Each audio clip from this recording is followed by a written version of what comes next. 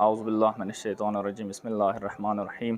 اللهم لا تجعله آخر الأحد من صيامنا.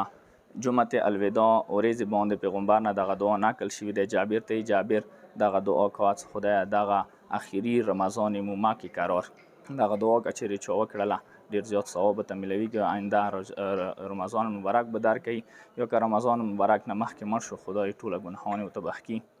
نه جمعه الوداع مهمه جمعه ده. دی جمعې باندې ځنه خلک داسې عملونه کوي چې ثواب په ځای ګناه ګټي.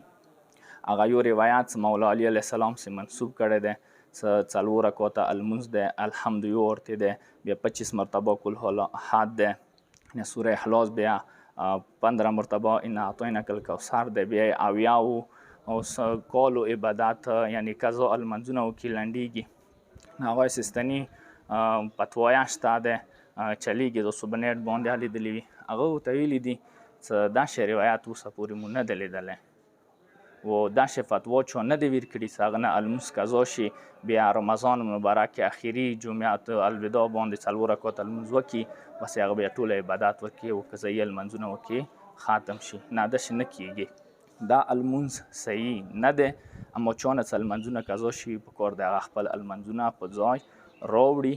و که چیرې خامخا خویندې جمعه الوداع لمونځ کوي پکار ده چې ته نږدې جمعې لمونځ سره کېږي هغه کې شرکت وکړي.